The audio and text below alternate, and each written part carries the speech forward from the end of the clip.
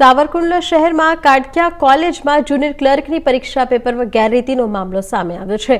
આરોપ લગાવનાર ભાજપના પાલિકા સભ્ય સામે ફરિયાદ નોંધાઈ છે।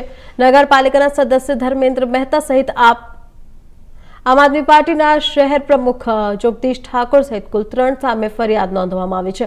પોલીસ ફરિયાદ જુનિયર ક્લર્કની પરીક્ષાના પેપરમાં બારકોડ સ્ટીકર વગર લેવાઈ હતી। પરીક્ષા ઉત્તરવહીમાં વ્હાઇટનર મારીને સુધારો કરવા અંગે વાલીએ ટ્રસ્ટી મંડળ પર લગાવેલ હતા આરોપ।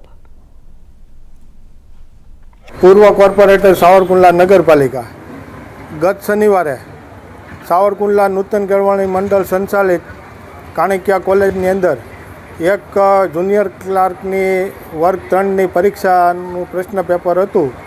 એમાં ગેરરીતિ થઈ હતી। ઘરે મારો છોકરો પરીક્ષા દઈને આવ્યો, એક વાલી તરીકે મેં એને પૂછ્યું કે બેટા પેપર કેવું ગયું? એટલે છોકરાએ મને એવું કીધું, પપ્પા ત્યાં ગેરરીતિ હતી, આવી રીતે મારા નામ લખાવ્યા અને માથે વાઇટર મળાવ્યા, બારકોડ સ્ટીકર નહોતું।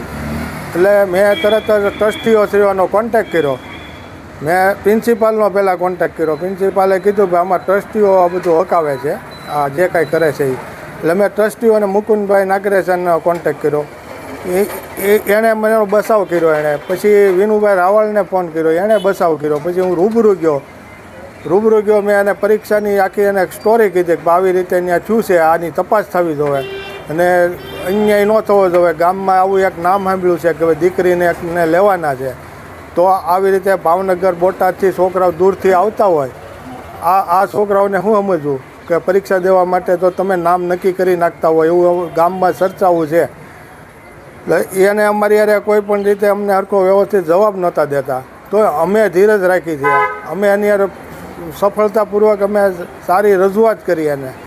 એ રજૂઆત એને નહોતી ગમતી, બરાબર। મીડિયા સાક્ષી હતું, મીડિયા ત્યાં હાજર હતું, સીસીટીવી કેમેરા હતા, બધામાં ફૂટેજ છે, કોણે શું કર્યું છે, હું કેમ છું છે। ખોટી મને જાણવા મળ્યું છે કે મારી ઉપર એફઆઈઆર થઈ છે।